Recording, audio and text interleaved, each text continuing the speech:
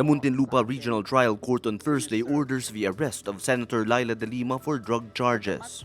The arrest warrant comes a week after the Justice Department filed charges against its former chief for allegedly receiving drug money from convicts in exchange for their protection. Since na ngayon po, at this very moment, 7:20, wala pa naman po nagsuserve ng warrant of arrest sa akin. Ninanais ko muna po na umuwi muna para makapiling ko na muna po.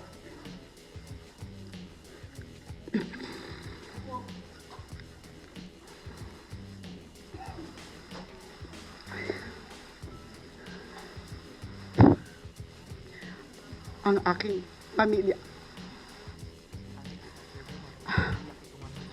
At para kunin ko na po yung mga dadalhin kong gamit sa kulungan. So uuwi po ako ngayong gabi at babalik po ako dito bukas na umaga. At dito ko po sa Senado hintayin ang arresting team. The charges against De Lima come 5 months after a sensational house probe initiated by administration allies, where convicts at the New Bilibid prison were allowed to testify against De Lima. De Lima's lawyer Alex Padilla describes the development as funny and sad because De Lima filed a motion to quash which has yet to be heard. According to the charge sheet issued by a DOJ panel, De Lima violated Section 5 of the Dangerous Drugs Act, which penalizes the sale, trading, administration, dispensation, delivery, distribution, and transportation of illegal drugs. De Lima faces 12 years to life imprisonment and fines ranging from 500,000 pesos to 10 million pesos. De Lima, President Rodrigo Duterte's fiercest critic, earlier dismissed the charges as plain and simple political persecution. Justice Secretary Vitaliano Aguirre on Thursday urges authorities to look into the alleged involvement of the Korean Mafia in the killing of South Korean businessman Jee Ick Joo. Aguirre also says the group behind Jee's slay might involve some people from the South Korean embassy. Aguirre tells the Senate Committee on Public Order Jee was kidnapped twice by Korean Mafia in the country. The Justice Secretary, citing information given to him, says there's supposedly infighting among Koreans and that Jee had enemies from the Korean Mafia. Aguirre recalls meeting with Jee's wife, Choi Kyung-jin, the South Korean consulate, and its political attaché. The Korean officials told him to stop any further investigation in connection with the Mafia. The two Korean officials told me that we should stop any further investigation with respect to this Korean Mafia. Sabi ko, hindi pa naman tayo tapos dyan eh. Nagtataka lang ako kung bakit pinai-stop na nilang tatlo ang any investigation that could lead to a possible theory na talagang ito ay talagang pinapatay. During the hearing, the Philippine National Police Anti-Kidnapping Group and the National Bureau of Investigation both say there's no involvement of a Korean mafia. The PNP's anti-kidnapping chief Glenn Dumlao says they're looking into the involvement of a South Korean national allegedly named Edward Yoo-on, who supposedly asked 800,000 pesos from Jee's wife.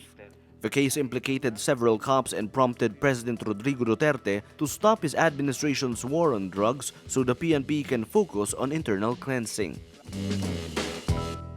Environment Secretary Gina Lopez on Thursday says President Rodrigo Duterte agrees with her that there should be no mining in the country's watersheds. Lopez says she talked to Duterte right before a NEDA board meeting Monday, where she assured him she followed due process in the closing and suspension of 28 mining operations in the country.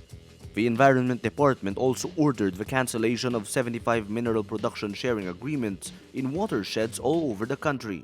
Since DENR's announcements, President Rodrigo Duterte repeatedly expressed his support for Lopez. But Duterte admitted during a speech before the Philippine Military Academy class of 1967 on Friday that the losses from mining closures must also be taken into consideration.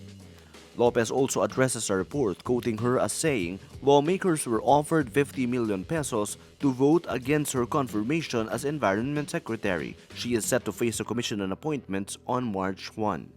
Lopez says, quote, "I'm not accusing anyone of corruption. I have just heard that there is 50 million pesos and there is no evidence at all. I said it casually and it was not appropriate for Inquirer to put it down as if it was an official statement." Foreign Secretary Perfecto Yasay says on Thursday, China vowed not to build facilities on the disputed Panatag Shoal or Scarborough Shoal in the West Philippine Sea or South China Sea. Yasay says the Chinese have assured Philippine officials, quote, "they are not building." He adds if reports are correct, they have also made this commitment to the United States. Yasay says the Chinese government made this commitment when President Rodrigo Duterte visited Beijing last October. He says Duterte and Chinese President Xi Jinping both agreed to this arrangement. But Yasay says that if China builds on Panatag Shoal, this will be a game changer in Manila's approach toward Beijing. Scientists on Wednesday announced that a nearby dwarf star, just 40 light-years away from the Earth, has been discovered to be orbited by at least 7 exoplanets that have potential to sustain life. The star in focus is TRAPPIST-1, a cool red dwarf, just 8% of the mass of the Sun and just a bit bigger than Jupiter. The planets, named TRAPPIST-1b, C, D, E, F, G, and H, in order of their distance from their parent star, were found by astronomers using several telescopes around the world. They are said to have sizes similar to Earth and Venus. The discovery adds to growing evidence that the Milky Way galaxy may be populated with tens of billions of worlds similar to Earth.